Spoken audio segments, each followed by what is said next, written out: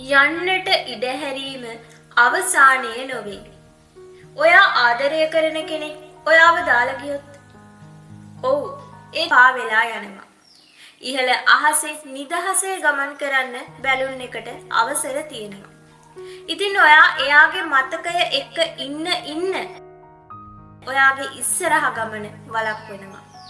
ඔයාට වැදගත් දෙයක් අහිමි වුණා කියලා දැනේ. ඒත් හෙට ඔයාට ඊට වඩා හොඳ දෙයක් හොයාගන්න පුළුවන්. අපි හැම වෙලාවකම බැලුවේ වහලා තියෙන දොරවල් දිහා. ඇරලා තියෙන දොරවල් අපිට පෙනුන්නේ නැහැ. අහිමි වුණු දෙයක් ගැන හැඬීම ස්වභාවිකයි.